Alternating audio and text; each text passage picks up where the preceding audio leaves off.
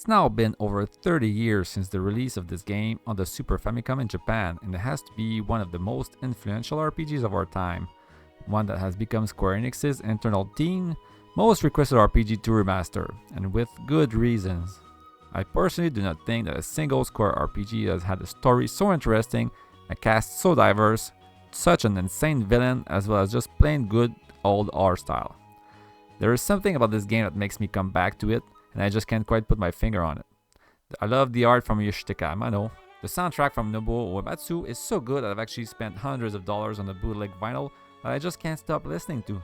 This game's got it all. Welcome to the Final Fantasy VI, or as it's known in North America, the Final Fantasy III Deep Dive from VGI.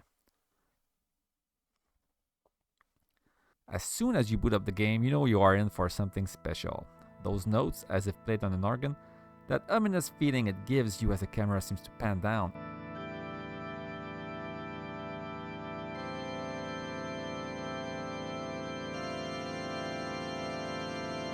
And those chants at the end to really bring it home as the logo changes, engulfed in flames.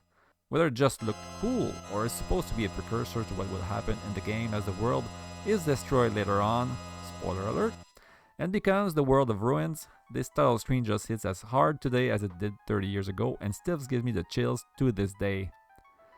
The music then changes to a softer, more calm melody, and it slowly comes to a stop.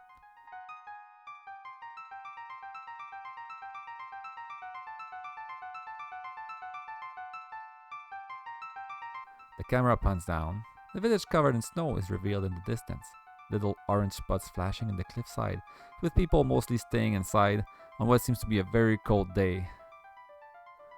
It's Narshe, one of the central cities in Final Fantasy VI, and the one you will start in. The sky is filled with bolts of lightning. This is quite a special day, and it is pivotal to the game's story as it changes our main character's life, Terra, and sets her on one of the biggest adventures of her time. You then have what we could call a little cinematic, which could be deemed appropriate as this is the Super Nintendo we're talking about. We get a little explanation as to the background story of the game, how the War of the Magi reduced the world to a scorched wasteland, with magic thought to have disappeared forever. 1,000 years later, and humankind having their little industrial revolution, and then of course, there are those in power, evil forces, who want magic to come back in order to exert their dominance over humankind, possibly putting the world in another war that could potentially destroy the world as we know it once again.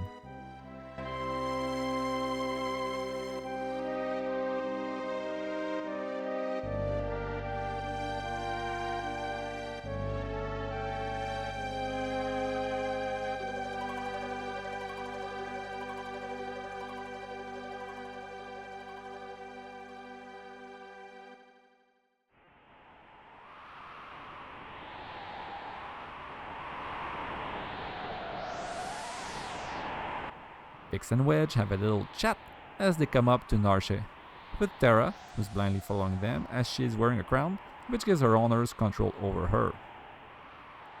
An Esper has been located in Narshe, and Terra has been detached, with both soldiers, as she has special powers that could prove handy as Espers are magical beings with incredible magical powers.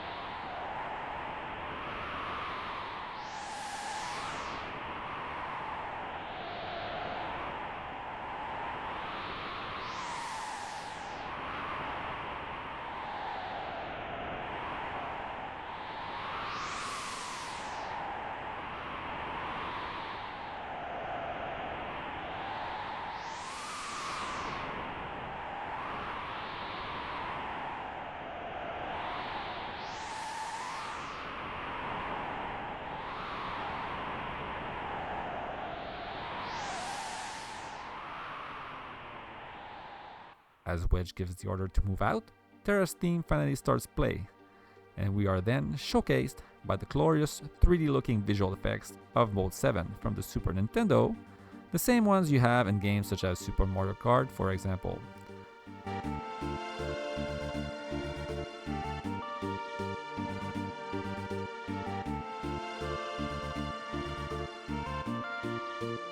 All three Magitech armor wearing soldiers are now moving towards Narshe, on the beautiful snowy path, dark skies ahead, and as they walk, the view of what seems ahead slowly shifts as the main theme keeps playing, revealing that our three acolytes are nearing Narshe, where our Esper lies, and also where our story finally begins.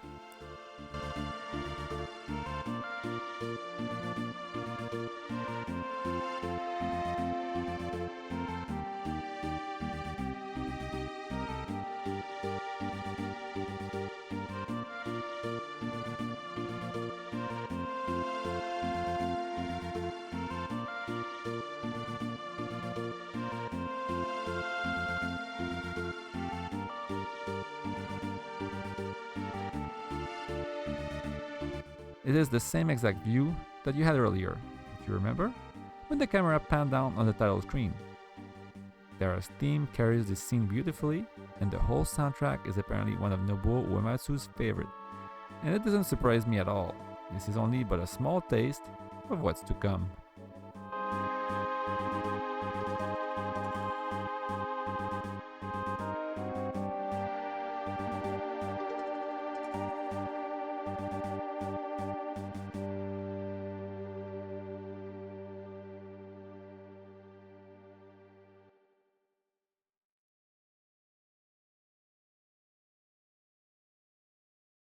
And with that, we are back to the title screen as the initial boot up sequence starts all over again. Hope you guys enjoyed this third episode of VGI's Deep Dives, as it was a fun one for me to produce considering this game is very dear to my heart and I had a very fun time writing and making it all. As usual, don't forget to subscribe, and if you want to be able to catch all the latest intros of title screens, keep checking us out for more in the future.